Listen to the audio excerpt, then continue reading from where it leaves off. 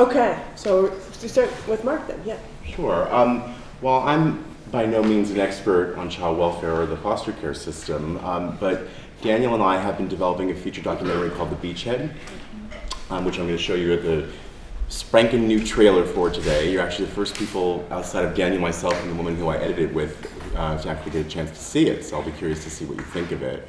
But it came out of a production cycle in New England in the spring of 2011, whereby Daniel was executing a series of town halls, including one quite prominent one at Harvard Law School, looking at a lot of different issues that inform sort of, I think, his unfolding vision of what a child's first movement could look like and who the different stakeholders are in that very national conversation. So I, as a documentary filmmaker, sort of kind of overlaid my presence onto this set of opportunities, and it was my job in the month leading up to it to sort of really get to know this issue, really kind of to go deep and understand the lay of the land so I could be very productive and successful over 11 days in New England. And because of his very strong networks, we got access to great people and great story points. And my big takeaway from that experience was that there were kind of three categories of interest for me as a filmmaker where I saw really potential powerful opportunities to tell a great story. And those are foster parents, and like what motivates people to become foster parents. What is it about intentional parenting in the early 21st century that is motivating people who are making that very powerful choice to be parents, regardless of their age, background, or demographic. Personally, very interested in sort of what motivates people in the LGBT communities to be parents in the early 21st century and to choose parenting, so that might be a part of the documentary that when we explore that. But I think that there's a lot of there in sort of thinking about parenting. And then the second category for me was foster kids, and because they are sort of embedded in all aspects of the system, which in some areas is working and in some areas we're calling it broken, right? So, but when it works, does it work for these kids, and can they be empowered to actually do something with their lives? And during that 11-day period, I met many incredibly successful adults who had been in the foster care system, which really sort of challenged my assumptions of what does it mean to be in the foster care system. And then finally, the third category being the child welfare workers, the folks who we kind of dispatch into the field to do the dangerous work of sort of intervening in these challenging moments when families are falling apart for lots of different reasons. So that's it. So foster parents, foster kids, child welfare workers, three categories of folks that are highly demonized by mainstream media for various complex reasons, and an opportunity to sort of tease out stories that are interesting about them and kind of put a face on them. And so those are the kinds of characters that really motivated me as a storyteller to kind of pursue this very ambitious and substantial film project that we're now producing. I think that anytime you look at three categories of folks, you need to wrap that around with this sort of expertise, right? You want to touch base with experts who can really shore up the assumptions that you're making about these categories of folks. And we did that. We met some really interesting folks who are doing incredible work in the field, whether it be at the governmental level, state and or federal, and then people at the community-based level. And my own interest was really kind of focusing on solutions. So solution-based models that were really apparent out there. And the two that we uncovered by way of Daniel's experience in Massachusetts, one is called More Than Words, which is a social enterprise bookstore outside of Boston that's a nonprofit business largely run by foster kids. Very inspiring, full of treasure trove of stories there. We spent the day with kids at the store, meeting the executive director, kind of having her be our guide, but then really sort of punting it to the kids. One young woman you'll see in the trailer, she's been in 40 placements and she's only 17 years old. And it's really kind of speaking to this idea of the need for stability. And then the other solution that we encountered, which was quite inspiring, was a place called the Treehouse, which is in Western Massachusetts, which is an intentional community. I sort of mistakenly referred to it as a utopian community, and I got sort of slapped on the hand by the founder of it that it's not a utopia, it's a real place. We're here, we're building these houses, we're living in it. And the idea is that foster kids and foster parents live alongside elders, and in sort of an old Americana kind of way, manage the community together. I think there's something like 50 homes there, and it encourages home ownership and kind of community problem solving, wrapping around with services that sort of help people manage their way through the system. So that's kind of where I'm coming from, is this idea of story drives, experience. And I think even as journalists, regardless of the medium that you decide, whether it's video or radio or long-form magazine writing, I think there's a lot of possibilities to put a human face on this problem. And when you do so, you can really kind of help people think about the policy points in ways that are powerful for them. General audiences don't have an easy time wrapping their minds around policy points, as important as we'd like them to be able to. I think that when you put a face on those things, sometimes you can sort of shore up your argument around policy, because they can sort of see the kids, the parents, the advocates, the people focused on solutions. And then I guess before I pass the baton, I'll just say that the thing that really motivates me as a filmmaker and someone who's really committed to high quality journalism in the 21st century is this idea that journalism can be embedded in an advocacy sort of component. And it really does challenge our assumptions about what good journalism means in the 21st century, because journalists are supposed to be these kind of objective folks who may or may not take a point of view unless it's called an editorial, right? But I do think that when journalism and advocacy come together, there's great prospects for journalists kind of having a handprint on how these movements do their work. And because we use text, photo, audio, video, and all these multimedia aspects to our work nowadays in our daily work, we are very empowered to kind of partner with these people who are trying to drive social change. So that's sort of where I'm coming from. I'm a radio reporter. I work part-time for KQED and part-time for Ben Manila, who is a lecturer here. Yes. He teaches a radio class, and he has a show called Philosophy Talk.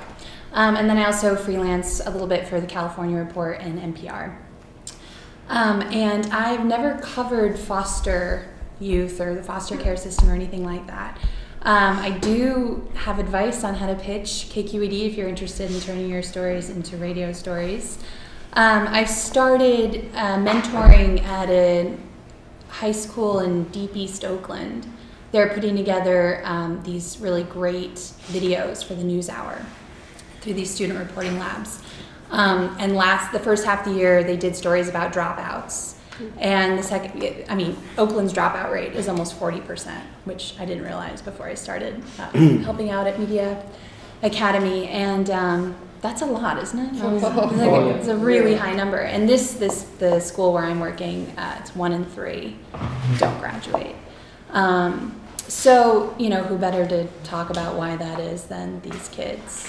One of the kids who we interviewed for the piece dropped out of high school, but still came back every day to campus to sell weed.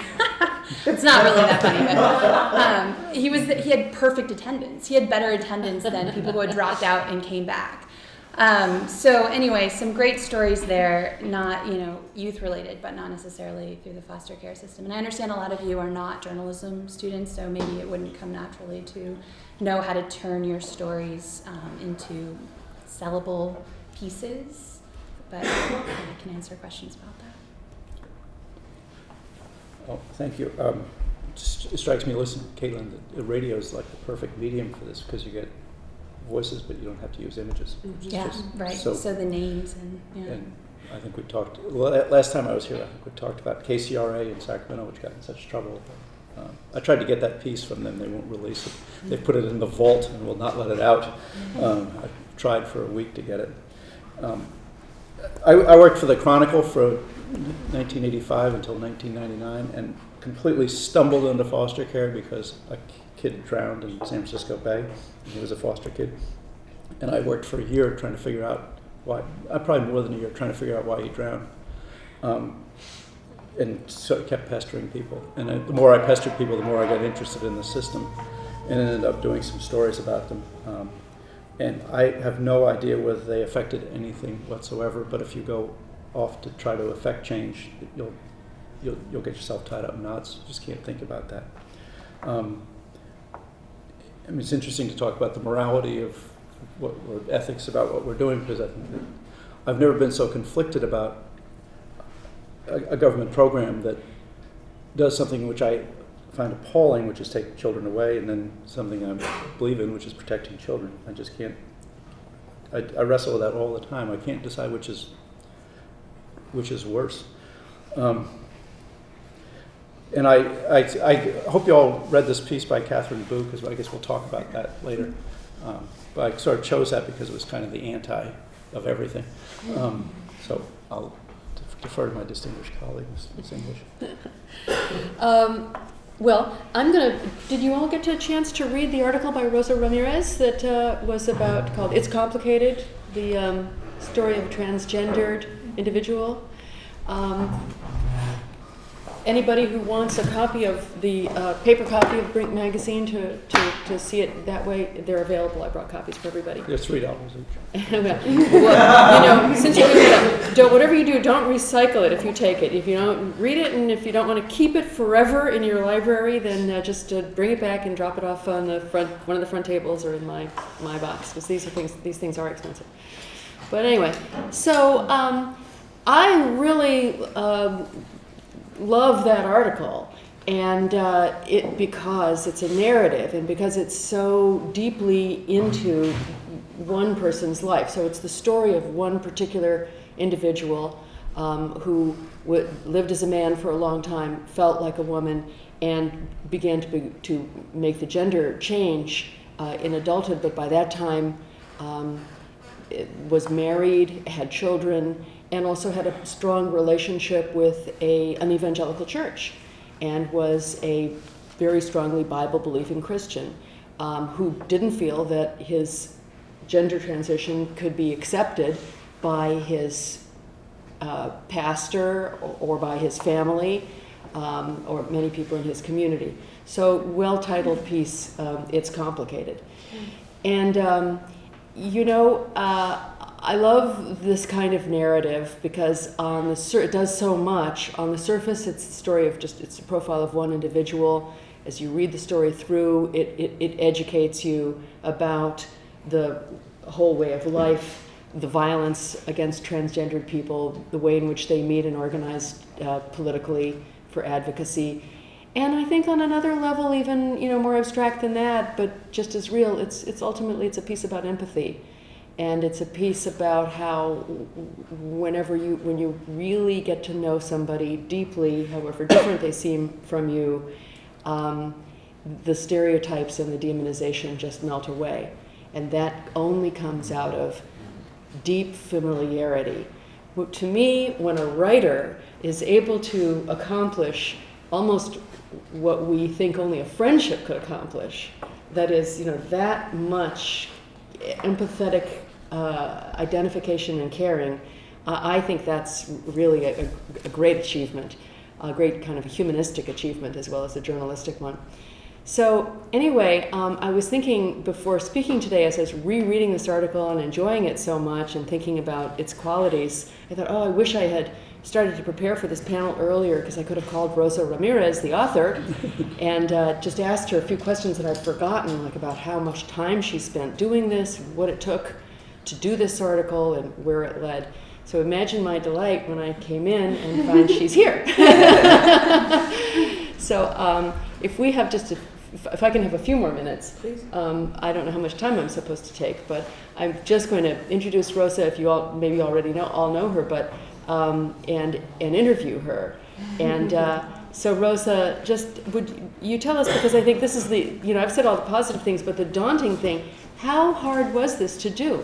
That was actually really hard. It's probably one of the hardest pieces I've had to do, partly because there's the time element. We don't have all the time to do stories, so we have the deadline.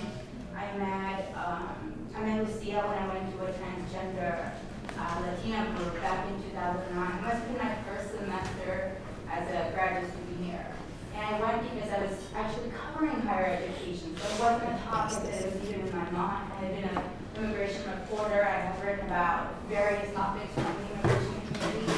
And when I met Lucienne and she started talking about the homophobia that exists just within the recent immigrant community in San Francisco, it just, I mean, I just knew there was a bigger story that I wanted to tell, and I was just, you know, it just took a lot of weekends. I was there because I went to 2 different groups. I was there on Friday evening, I was there on Saturday evening, sometimes on Sunday, sometimes while they were having breakfast, sometimes while they were having lunch, sometimes while they were bringing their kids from home. So I was hanging around for a very long time until really I was able to just, you know, get to know Lucia, get to know the other women. Of course, there were many other stories that I wish I had the time to do. But I would say one of the biggest challenge was really the time commitment. Because of course I was taking full credit and I was freelancing, you know, I was doing so many things. But I knew that this was a story that I wanted to tell. And most importantly, I wanted to tell it in a sensitive manner. And I felt that the only way to do it was to put it on. And I'm sure some of that has to do with building trust. Yeah, trust is, you know, I have to say, when I went into these, you know, into these groups, people look at you like a reporter, like you're just there to take something from them, possibly make money off of their story, whether, you know, whatever tragedies are happening in their lives. And when you really show that you're there to listen, when you're there to really get to know them as people, whoever it is, to get to know, you know, some of the issues that they're going through, some of their successes. You're not just there to talk about, poor Lucia, but, you know, some of the successes that I felt that she had throughout, you know, this journey.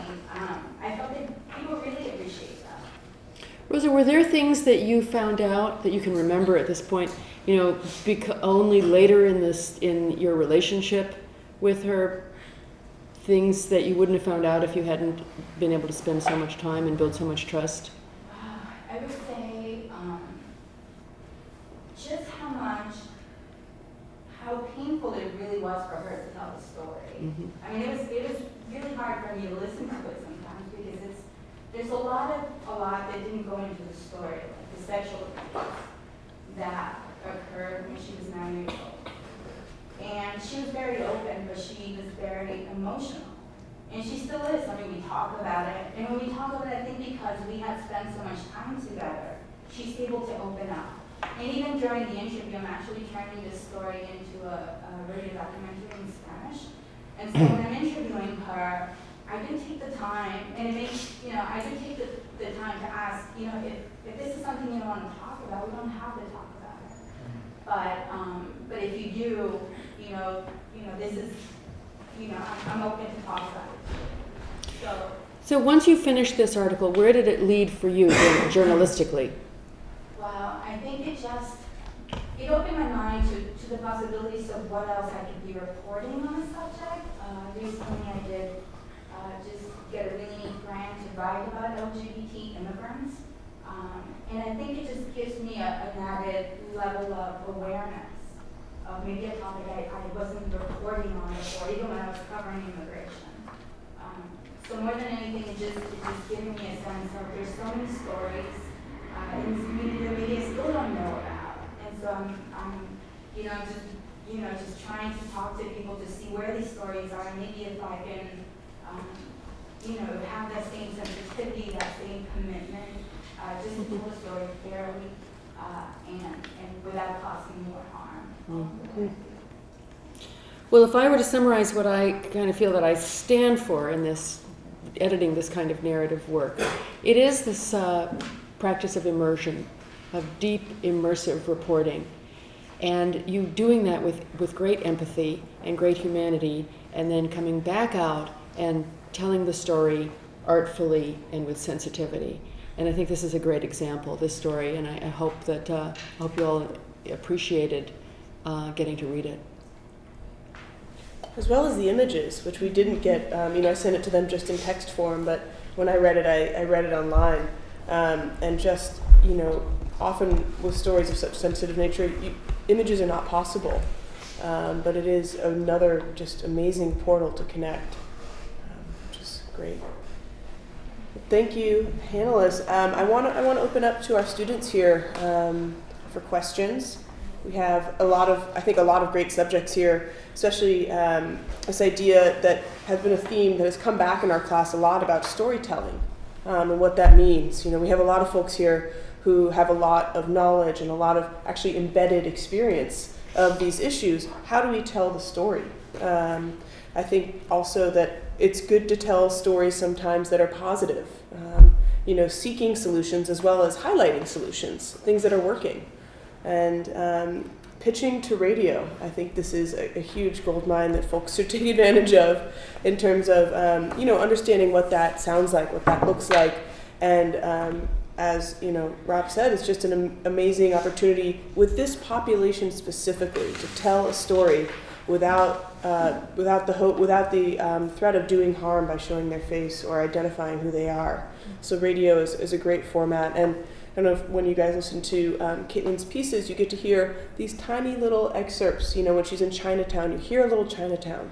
When you interview someone, you get them in that context. It's really incredible. If you can't have images, you can definitely use sounds in a pretty incredible way.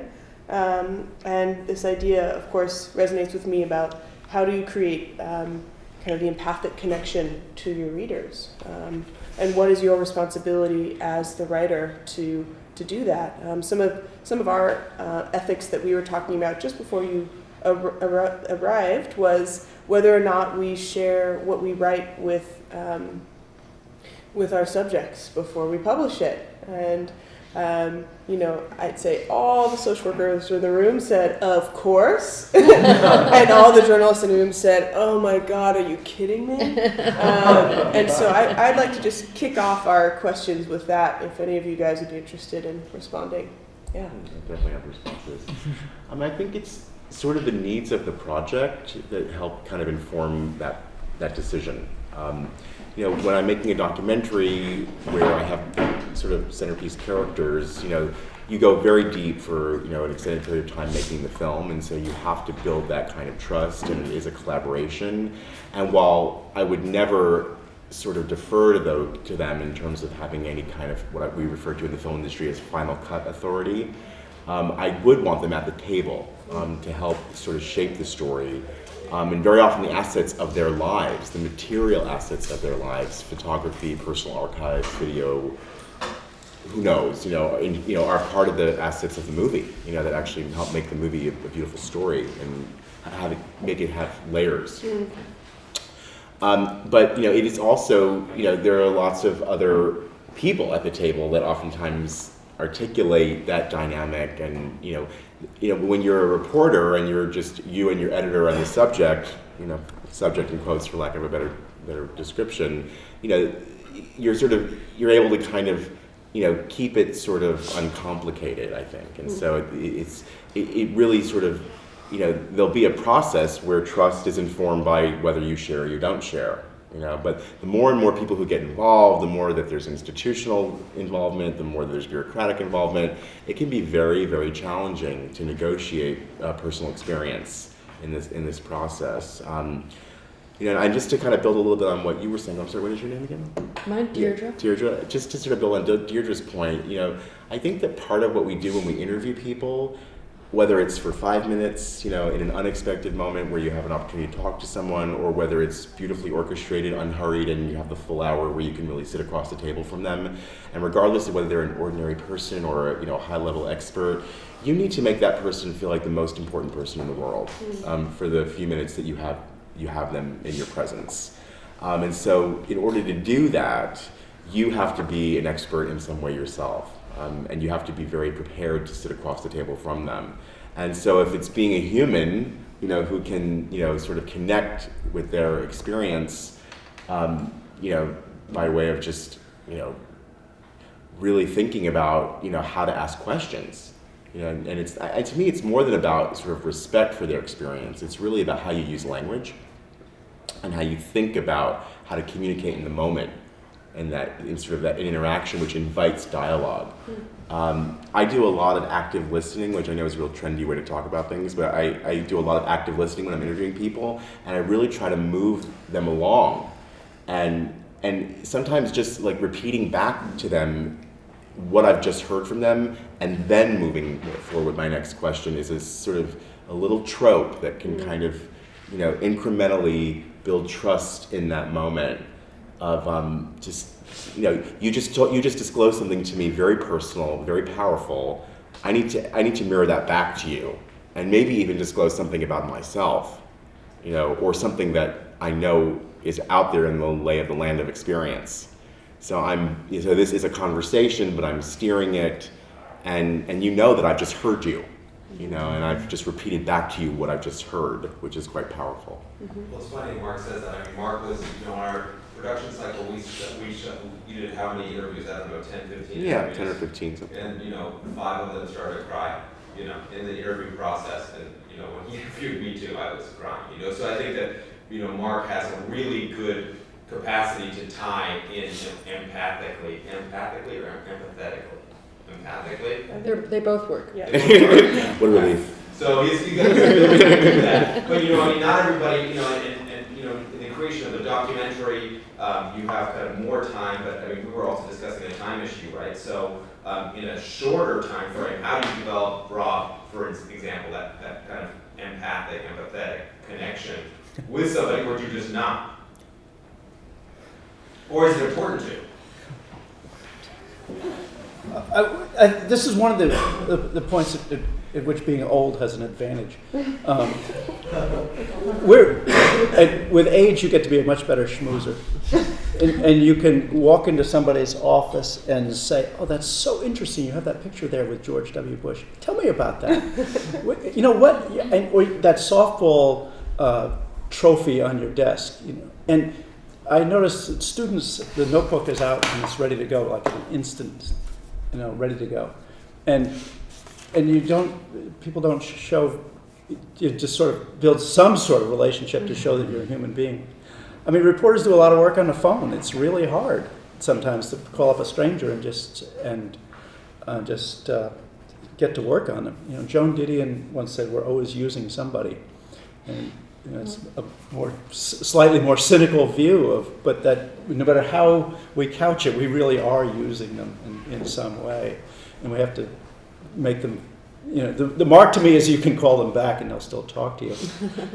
You've probably done an okay job, even if you've had to ask them a really hard, ugly question, but you do it in a way that tries to be respectful. Don't argue with them and so forth. Let them speak. I mean, there's a million rules about how to do this, all of which I'm sure violate the human subjects rules, but which is okay with me. It's hard, and it's just something you build a skill at. You build your skills doing it. How do you apply that to kids? I'm sorry? How do you apply it to kids? Because this is something we're looking at right now.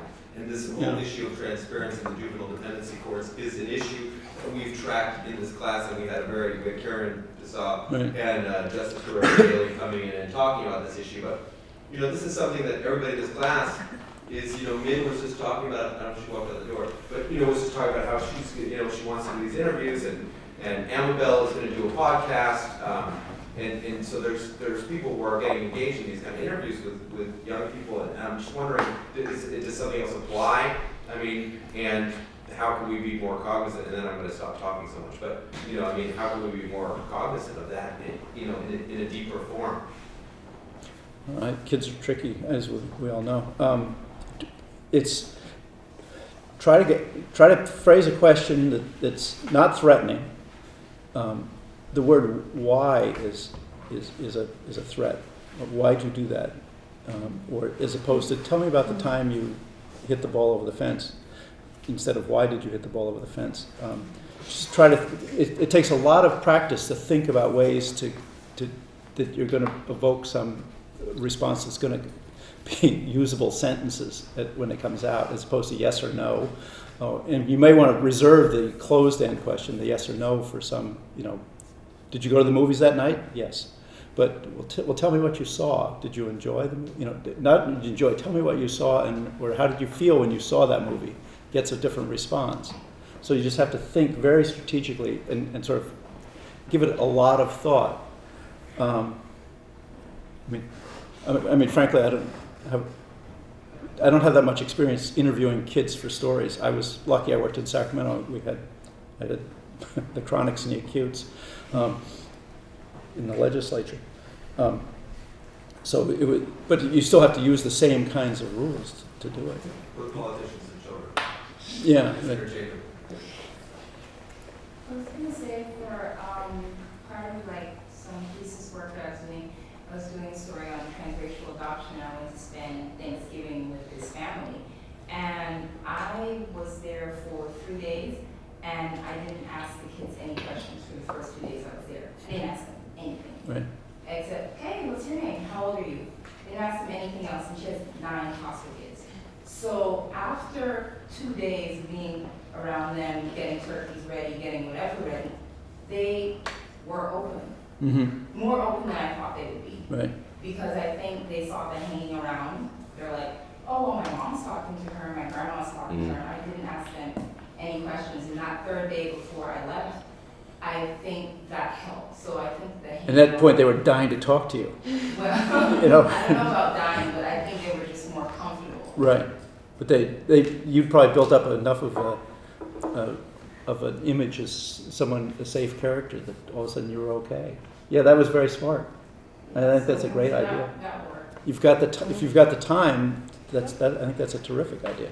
Otherwise, it's accelerated intimacy and it's hard. And Right. I think it's assignment by assignment. Sometimes I think I get it right. Right, absolutely. Sometimes I think I didn't get it right.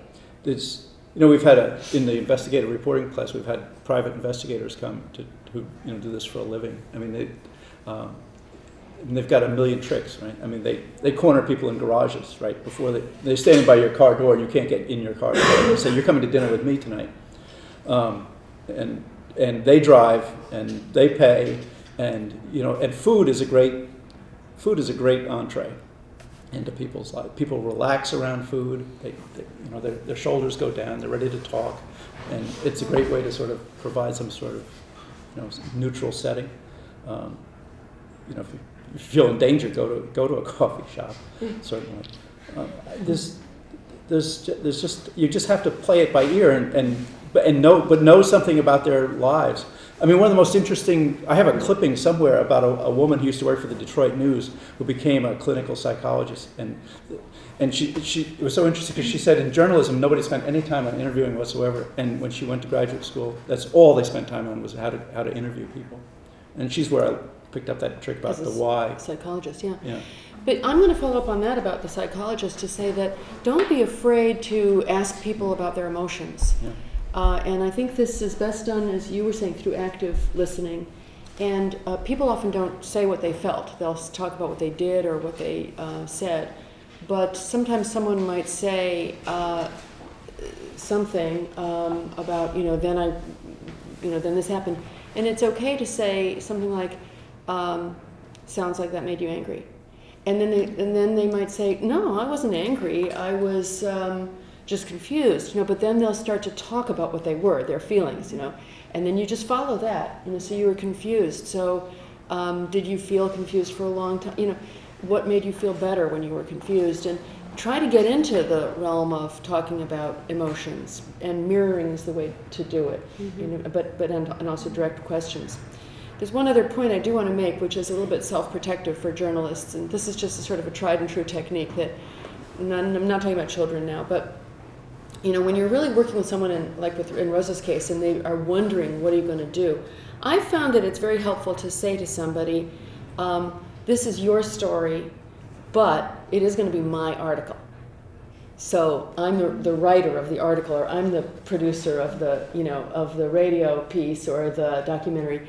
And somehow people just get that. They get it. They understand. That's your job. I'm telling you my story, but then you're the storyteller. It's going to be your version.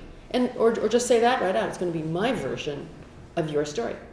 So it might not be exactly the way you would write it or someone else would write it. That's going to be mine. That part's going to be mine, what I bring to it. And I hope you're going to like it, And I'm going to check my quotes with you. But it is going to be that's my responsibility. It is going to be my work. So I always encourage people to make that very clear. I think it's honest and people get it. You're a journalist, you're a writer, it's going to be your story. I had a friend who was a sports writer, said to a coach who was screaming at him once, he said, I write about you, I don't write for you. I think it's the clearest definition I've ever heard of what we do. Does everybody understand how, different ways to talk to people, like on the record and off the record and background? And you all have rules? Oh, I doubt they do, because a lot of them are not journalism Right. students, right? How many are journalism students? Just Are journalism students? form. Just 4? Rosa. So this is how I work. These are my rules. And you have, every reporter you ever talk to, you should say, well, what are the rules here, right? So my rules are on the record. So on the record means I can use your name, I can use your direct quotes, and I can publish it, right? And that's no problem. My other extreme is off the record. And off the record means it doesn't exist. It doesn't get reported in any way, shape, or form. When I was working, I talked to my neighbors sort of implicitly off the record on Sundays. One of them was, I had a Republican legislative consultant one door down. I had a Union Pacific lobbyist across the street. We talked about all sorts of stuff. They're my friends, they're my neighbors. It's off the record. However, one caveat on off the record. If one of them tells me something, about a lawsuit that was filed, let's say, that I should go look at, I can go look at that, and I can write about that because I've confirmed it independently. And nobody knows where that came from. So there's that caveat. In the middle, I have 2 categories that I find handy. One is background. And for a story like foster care, background is immensely important because you're talking to the legislative analyst's office and legislative staff and somebody at the Department of Social Services. How does this work? I got to understand this system. It's so complicated. It's, tell me. And it's all on background. So, and you're sort of accepting it as fact, just like procedurally the way things work. It's really a great way to talk to people.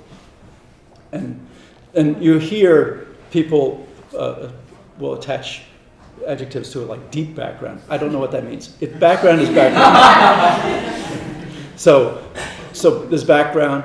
And then there's not for attribution, which has very limited use. But you could use a quote from somebody. It's probably a really terrific quote, but they don't want their name put on it for some reason.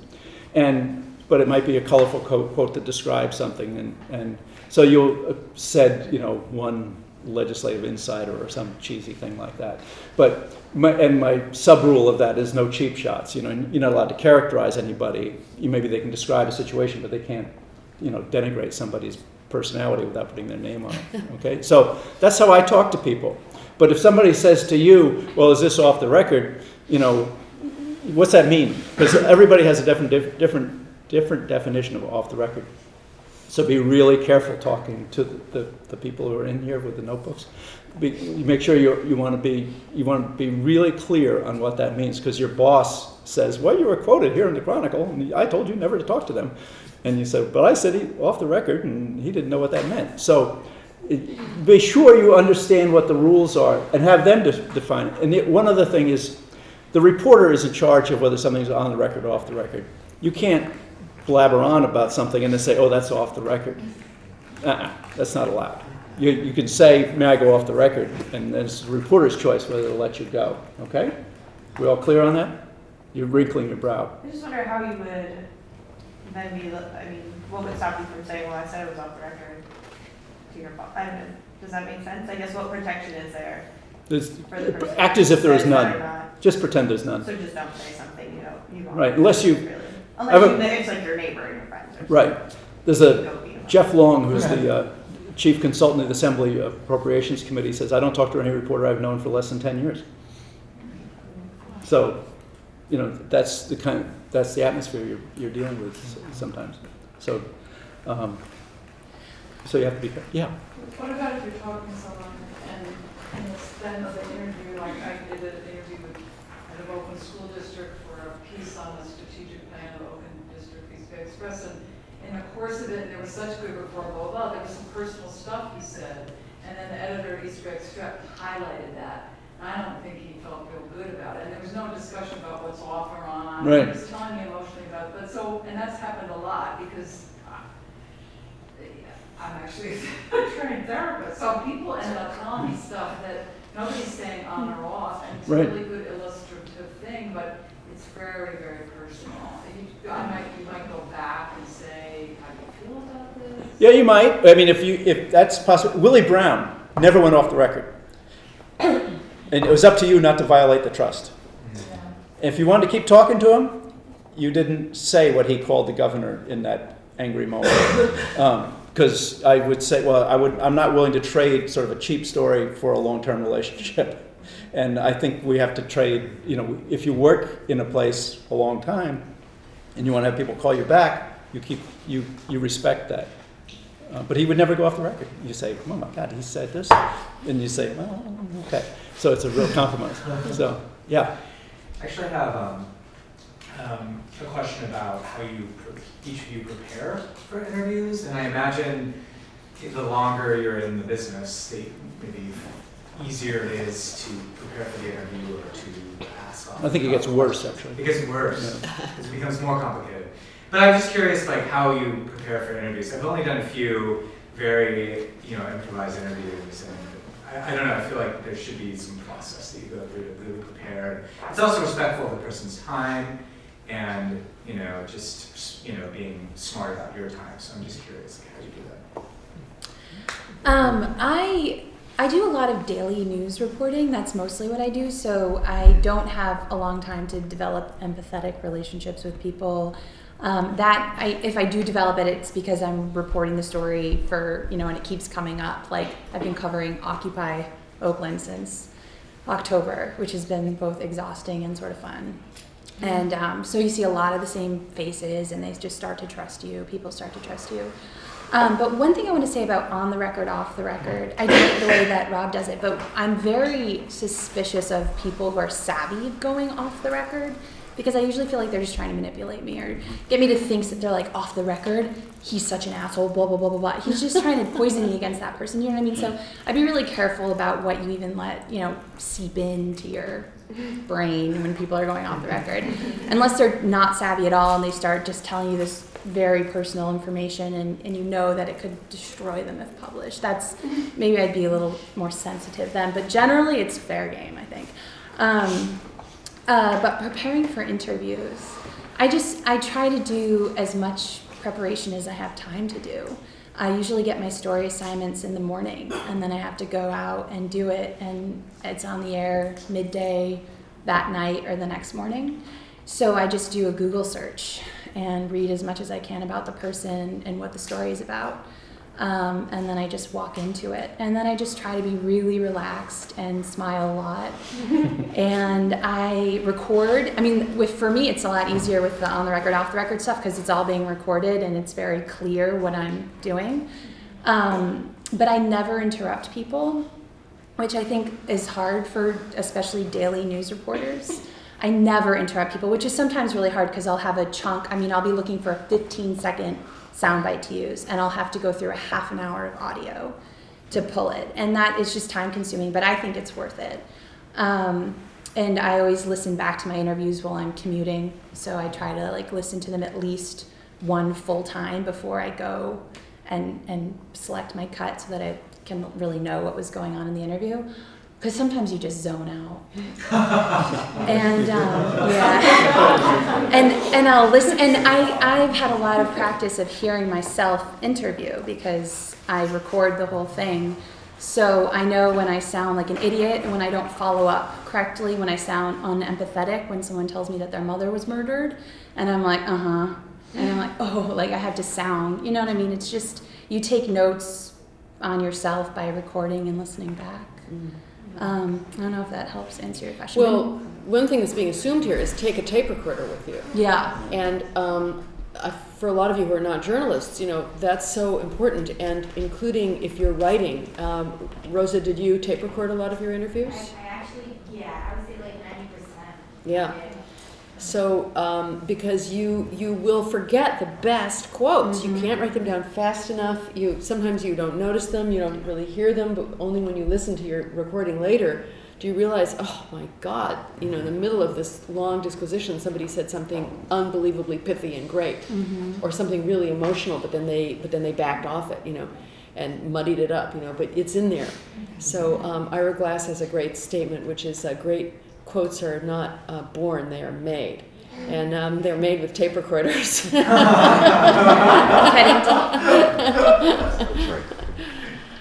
Rosa wants to comment on that. Yeah, just going on that. You said a tape recorder, something that I started doing more recently since I'm going to the border for another story, is that border and reporting is like, your senses are getting attacked from all directions. So what I started doing is just like, literally just grabbing the camera and I start shooting my surroundings. And when I come home, I can say the river, you know, it's flowing this way, you know, there was a piece of can or, you know, trash over here, so that I don't have to guess whether I jotted it down correctly. I just look at my pictures. And I can see what Really, the sky looked like, yeah. I can see what the garbage looked like, what the people had on, and that may seem a little bit trivial, but when you're writing, like, you know, I want to feel like I stand by my story, everything from what the person was, you know, the frowning on her face, Yeah. to, you know, the nail polish, or, you know, if we're going into that detail, or since I'm writing about the border, you know, and I'm writing about pollution, like, you know, I may forget. No, I love that. And you know, it's this, all this technology has been really good for just narrative writers. The piece may wind up just being a long written text piece. But to take a camera with you, if you have the time to do immersion reporting, then maybe you will have the time after an interview to shoot some stills that will be unbelievably great prompts for your memory. That's a great other point about using technology to support your observations. Sorry, can I just, Go for it. just quickly on this, I just, because it's fascinating to me, because like you know how I came, my first experience at the J School was Clay Felker, right? Yeah. And so I'm wondering, so you're there, you're seeing like, presumably some of the, our future magazine writers, right? Or our future Yeah. long-form writers, and you said something to me which is really interesting, because I'm always like, I'm a Luddite essentially, and everything, the world is falling. But you're saying that because of all these technological pieces, people are really more capable. So do you think the narrative is that's real? Yes, I Yes, think it can enrich your writing a lot to take advantage of tape recorders and cameras and videos. And because, what you're looking for is the telling detail. And sometimes it's, to see the way that something looks and be able to describe it later from looking at your photography can really help you to do that. Okay, so I'm a poor social work student, and I can't buy a flip cam or whatever it be. What would you recommend us poor social work students do? An iPhone. An iPhone. I mean, you Or happen, poor grad student. you happen to be at the Berkeley Graduate School of iPhones. So, Yeah. Okay. we love It's- them. You can't, I don't even know how I could report without my iPhone. I use it for everything. So that's what Video, you use. photography, Audio. audio. I have this thing called WavePad where I just upload directly to the KQED server, and then they just pull it down and can air it right away. It takes seconds. There's a program called Hindenburg too. There's a tech journalist in San Francisco named David Spark who does an incredible blog on how to be an effective multimedia reporter. And I teach at the Art Institute in San Francisco, and I do a new media course for filmmakers. And he came in, and I know this may sound like a lot of money, but for $850, he puts together this really robust interactive media kit that he takes into trade shows and out in the field and every kind of location setting. And he just sort of has it in what looks like a makeup kit for ladies, and just sort of put it out there on the table, and it basically made him this kind of interactive media reporter anywhere he needs to be, and including live web streaming. It was really quite kind of impressive. And so you could imagine a model whereby, okay, yes, you're poor, but over time, you could set aside $850, and if you have a goal to sort of empower your reporting and understand how those tools will let you do your work, it's worth. Well, everyone is struggling to make a dollar, but I think that these tools do cost something. Not every institution will empower you to be an effective freelancer, or even an effective anything, right? So you have to think about yourself in the marketplace and how to do your job and how to plug in, and you're doing it in real time with your tools. There's just a lot of things out there, and you have to kind of cherry pick a formula for yourself that lets you be empowered. We have to do your also job. our Knight Digital Media Center on our website, KDMC. They have a whole guide also to equipment, and you can get recorders for $40, $50 there that you don't need a phone. I was just gonna say, for the purpose of this, too, Just to- every professor that we go to school with has 12 tape recorders that they use for their research, so you can always just if you don't have one. But I think the idea of being a multimedia professional in the 21st century is just a kind of core competency in any area of work. I mean, that you could sort of plug into. It's, I mentioned this earlier, this idea of text, photo, audio, and video being just sort of a wraparound approach to capturing the story. It's just, I love the way you described being at the border and how you empowered yourself to just have memory and recall of what was there, so when you come home you can kind of do that project more eloquently. And just you may not be a video professional, but having video tools in your toolkit will let you sort of really branch out and just figure out, well, what is the most appropriate way to tell this story? As your career path forces you to specialize and specialize even further, you'll sort of zone in on where you need to focus those skill sets most appropriately. But early on, you want to be as sort of generalist as you can, and that will really let you plug in lots of different settings. 1, 2, 3. You want me to go? Yep. Okay. So actually my question is, how about in regards to people who are either uncomfortable with you taping? I guess this is for print journalism specifically, but like if they're not comfortable with you recording something, or you get the sense that they are going to be far less candid if you do turn on a recorder. And I guess I asked that, so I'm a public policy student. A lot of the work, like I'm working with Berkeley Unified this semester, and I was originally using a tape recorder at least just to so that I could go through transcripts and not lose track of things, but started to sense that just a lot of teachers were like, oh, I don't, just getting real funky about it. How do you work with that? Well, the Kitchen Sisters, who do a lot of, you ever heard of the Kitchen Sisters? They do these amazing radio productions. You never hear their voices. They do all the production. One of their tricks is that they make a big deal about their recording equipment when they bring it in.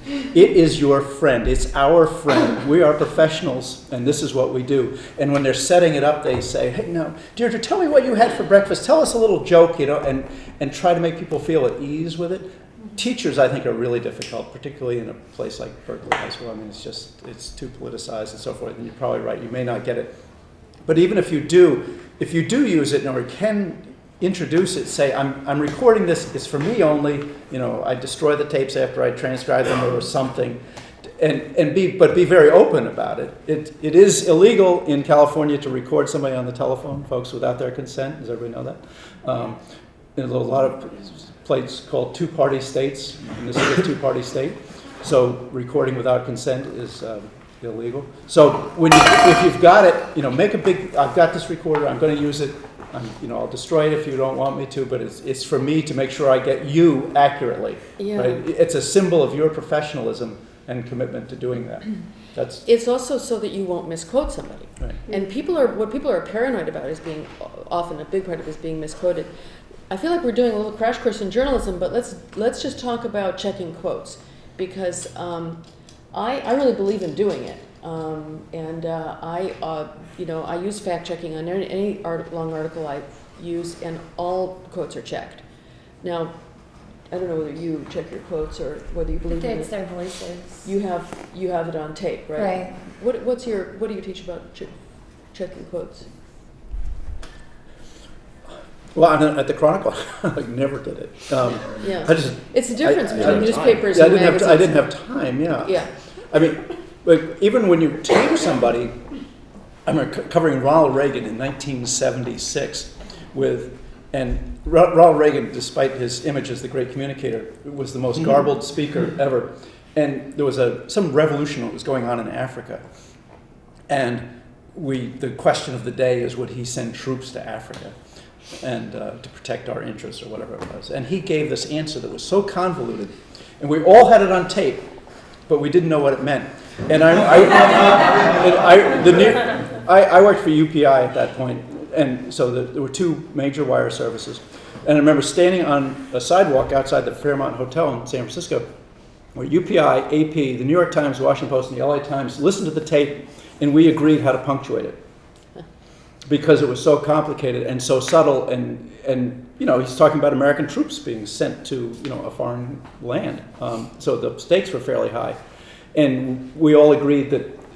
And listening to the tape like 800 times in 20 minutes, this is what he, by the tone of his voice, by the intonation, that we felt confident about punctuating it. And if we all agreed that this is how it was punctuated, then the rest of the world would have to go along with it. And we basically the fix was in, but that's how we did it. So I don't know what the ethics of that were. We just did it. And so because everybody would get a call from their editor saying, well, UPI said the semicolon was here, and you put a period, you don't want to do that. Yeah. Along those lines, for some of us who might be more likely to be interviewed than be the ones doing it, we get trained in one of our classes to ask to people to repeat back what they have as their, like, can you tell me what you heard me say or something like that? Is that crazy talk? It feels a little awkward to me. It's just annoying. Yeah, it's just annoying. But is that people do that? Like, In the moment, I mean, what are you going to repeat back a whole interview? yeah. No, but I mean, maybe after. I mean, I think Can you like send if no one's ever asked me to send their quotes before printing, but I don't really do much writing anymore. And people generally feel more comfortable if they're just talking and they know it's just their voice being used and not me writing down their quotes. But I would, I suppose, run their quotes by them before I printed them, but not the story. And Min, Yeah. I know talking to children is quite different as talking to the politicians, and you have to be human touch, you have to be very careful. But for me, when I talk to some children suffering from the earthquake 3 years ago in China, I always felt two kinds of voices struggling inside of me. One voice says, oh, as a journalist, I have to get every details of their tragedies, of their nightmares, how to survive from the earthquake. But as a human being, I was feel guilty because I had to encourage them to tell every details. Yeah.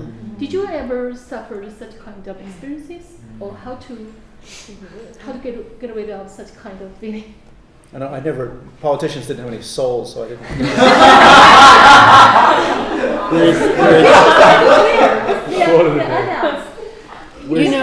I have a former student here who wrote an article about this because she did extensive interviewing with a woman who was a victim of gang rape. And the woman just completely trusted her, cried, expressed herself a lot, and bonded with her. And the journalism student, began feeling that she was acting like a therapist or a mother figure for this girl. And then when she'd gotten the story, then she dropped her. She actually left the country. It wasn't the interviews took place in another country. And she was very tormented by that, and she felt really, really, really badly about it. And, partly it's an occupational problem, but I think we talked about it a lot because I think she could have helped herself by clarifying a little bit more along the lines that I said before, a little variation of what I said before, reminding the person, you're telling me your story, and I'm going to tell your story, I'm going to write it in an article, and I'm just kind of clarifying what we're doing. I'm going to write it in an article, and I hope that people will read your story, and they'll understand what someone like you went through. But just kind of clarifying, I'm not going to stay and be your friend. We aren't having this experience because I'm going to be your therapist or stay in touch with you. I'm going to take it. You're giving it to me. I'm going to take it. I'm going to do something with it, and I'm going to give it on to others. And I'll be gone. Let them know. It seems like we have nothing to do with their own personal stories once we get our own stories from them, right? It's quite commercial. You go read Cynthia Gorney's piece that she did about child brides in the National Geographic. Right? She crossed the line completely, and was so overpowered by child brides in India, Afghanistan, and where she went somewhere else too, right? And she basically bought her a young woman's way out of a marriage, and put that in the story. And she broke like every rule, And I was reading this, I was, holy cow, Cynthia, what have you done? And there it is in the National Geographic for all the world to see that she got so emotionally involved she couldn't help herself anymore. And that became part of the story. And I also think that I don't think of it as taking something from someone necessarily when you sit and listen to their story, even if it's painful. I think people want to talk, and I think that people want to be listened to, and they want their stories out there. I think everyone who really sits down and opens up to a journalist wants to do that, and so I don't think I'm stealing from them, and I certainly don't think I'm misrepresenting them when I'm putting the story together. I always try never to do that. But they may wish for something from you, and sometimes it's important to, especially for those of you who are social workers or who are trained as. You're just got a background in social work. Yeah, my mother's a therapist, and I'm a trained social worker, and so I know about that instinct to try to then heal them or give them some good advice or make a constructive suggestion or something. You might do that, but it's important to clarify that that's not what your relationship is for. And you might suggest that they find someone like that. You might say, sounds like you should tell this story to somebody else too, besides me. Someone who might be able to have more of a long-lasting relationship with you or help you figure out what to do next. I was just, to kind of combine, I think, what both of you are saying, it does sound like you just clarify my role or my relationship with you. The way I'm going to work with you is I'm going to give you that voice to this meeting. That's how our relationship is going to work out. And so and if that, if that helps you, then that's great. I would love to help you do that, but that's going to be my role. So if you can just clarify exactly what your role is. Because I have a hard time thinking about it in terms of taking something and I'm done with you. Well, this is what I'm going to do, and then I'm going to get that out into the world, and that's just how it's going to be. I mean, so I think for the social workers in the room, it's just to kind of It's not social work. Reporting is not social work. Right. And so you need to really know that. Right. I mean, I have the experience of being very clear with a young man who I mentored and who and we wrote a cover story on essentially him and his life and our relationship to a certain degree, and I told him everything that was going to be in there, but he had never seen the police reports or all those other things. So regardless of what I could tell him, and he thanked me and all those things, but it was it was bittersweet. I mean, I think you do have the capacity to change people who you interact with in these kinds of situations, whether you're as a reporter or a writer or a filmmaker or whatever your role is. And there is a two-way sort of dynamic in these situations. It's and you will be impacted by the stories you hear, and you won't just you'll try to do your job, right? You'll fulfill the function of your job role, and you'll publish your story, you'll write your blog, you'll get your media done, and it'll be out there. But you are the sum total of your accumulated professional experience. Each time you write or report on something, you learn so much about yourself, and I don't think you can sort of disassociate from that opportunity all that much, and still be. I think in order to be really good at your job, you want to connect with these people. You certainly don't want to be their repository of resources, because that's not very scalable. But you can't be in touch with them forever.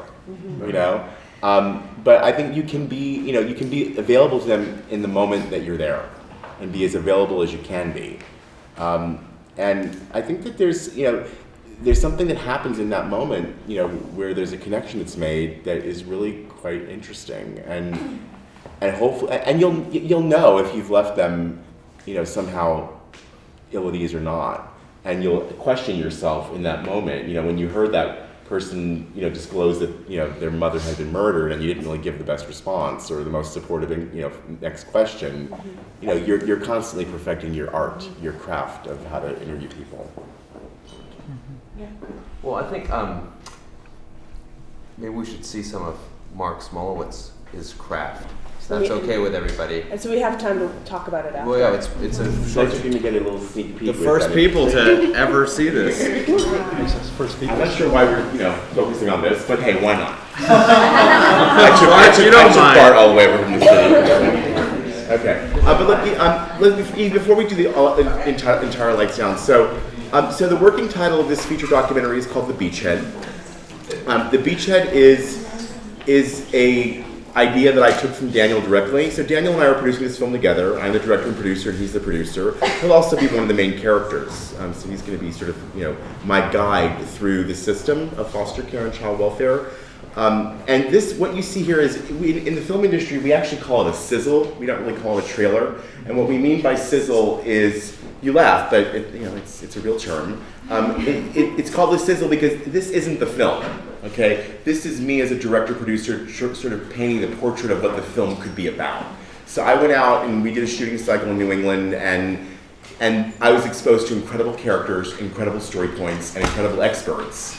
And these people may or may not wind up in my film, okay? But it does paint the palette of where I want to go. It gives you a sense of tone, of story, of character, and the issues that we want to deal with. And in my little remarks over here, where I talk about those 3 categories of characters, I think you'll see them in this 2.5-minute piece. So, okay. All right, so nice and loud, and you will recognize your instructor. So lights out? Great.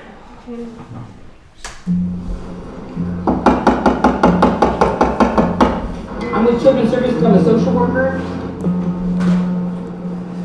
Any arts, any bruises? My mom doesn't want her to be taken away from her. I don't know what's gonna happen. The college states that this is not normal behavior for a 5-year-old child. I'm a social worker with Children's Services. Who's the father? Dead silence. This kid, he doesn't know where he comes from. The system is a lousy parent. We'll give you all the money you want to take them away, but get them back, you're on your own. Homelessness, incarceration, drug abuse, poor health, early mortality, poverty. These are not bad kids, they just need help.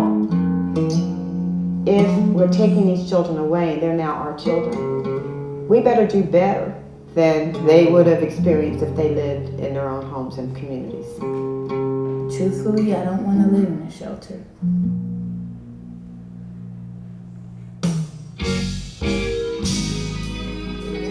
I came here because I really like the idea of an intergenerational community. So Big Steph's gonna help out? Yeah. Okay. Here at Treehouse, we're doing just what we need to do to raise every last one of these kids that are out here. We have 36 kids now, I think, and apartments for people over 55. Coming here, I just feel powerful. I feel important. I feel intelligent. This is a real business with real benchmarks. We just need to stop thinking of those kids and realize that they are really our kids. This person I only saw once a week for 6 hours, and he's become like my father, really my father. Daniel Heinkel, thank you for coming in, project director and founder of Fostering Media Connections. I realized that something had to be done, and then writing stories, I saw that change was happening. The media has this incredible capacity to impel change. There is a way to set a societal ill right,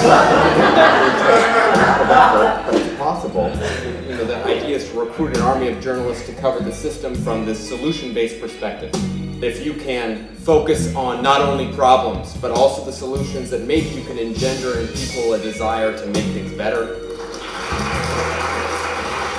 There's a teaching that goes back thousands of years that if you lose a child, it's as though you've lost the whole world. If you save a child, it's as though you've saved the whole world.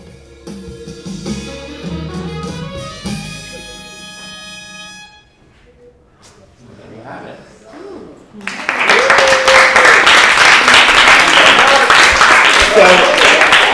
So you laugh at that little dramatic appearance of Daniel, right? But these are movies, and so these things, serve their purpose in kind of setting, the stage for telling a story, right?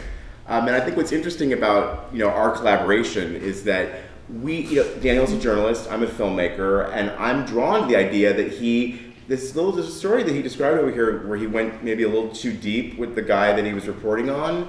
Like, this happens to all of you, where you go sometimes too deep, and you can't just be a journalist, right? And a light bulb goes off, and you actually take on another role, and you're a journalist plus something else.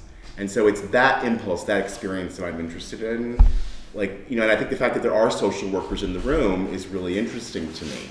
That you're, and that you see that you would want to be in a course called Journalism for Social Change. I think there's something to be said for coming at these kinds of roles from all sorts of perspectives. So anyway, thank you for letting me share it with you. Thank you.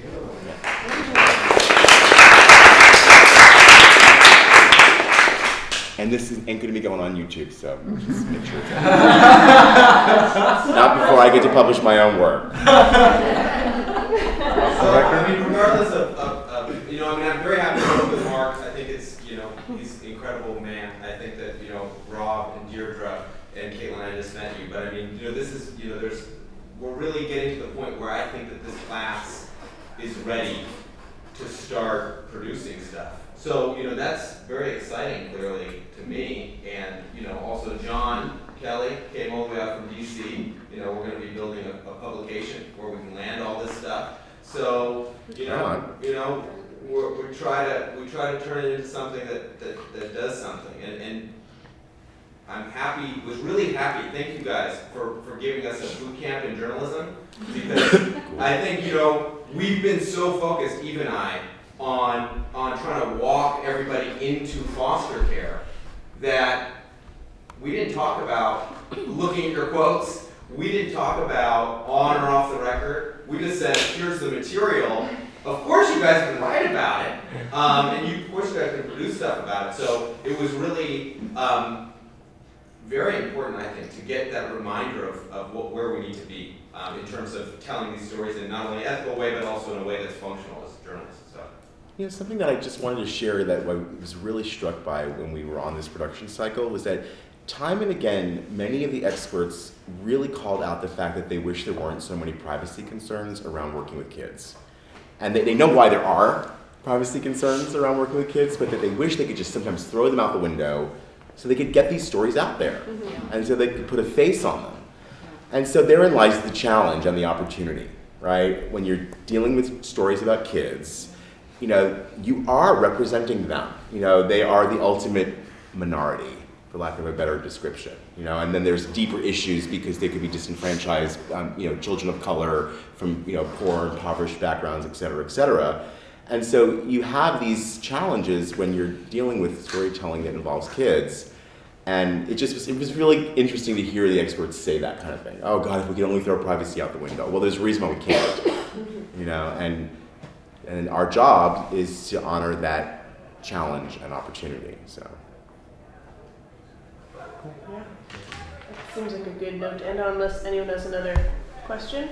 I think one thing that was also a very important lesson that really bridges journalism and social work here is how do you deal with the volume of stories that you're collecting and dealing with. And I think there's some expertise in the room for folks who are in their first years of practice or have had maybe many years of practice in the field. And how do we really get these stories, make them meaningful, connect, and not let them overwhelm us. And know that, I think you were suggesting that there's something so important and transformative about people telling their story and having a voice. And for us as social workers, maybe shifting the focus of what we do to helping one person and realizing why that kind of one-on-one experience could use the macro. And you say, why are there so many social workers in the room? And I think the reason is a lot of us realize that the change we want to make doesn't happen in a one-on-one setting. It happens with being able to foster a greater awareness among the public about these issues. So, yeah, thank you guys all so much for being here. Thank you. Thank you.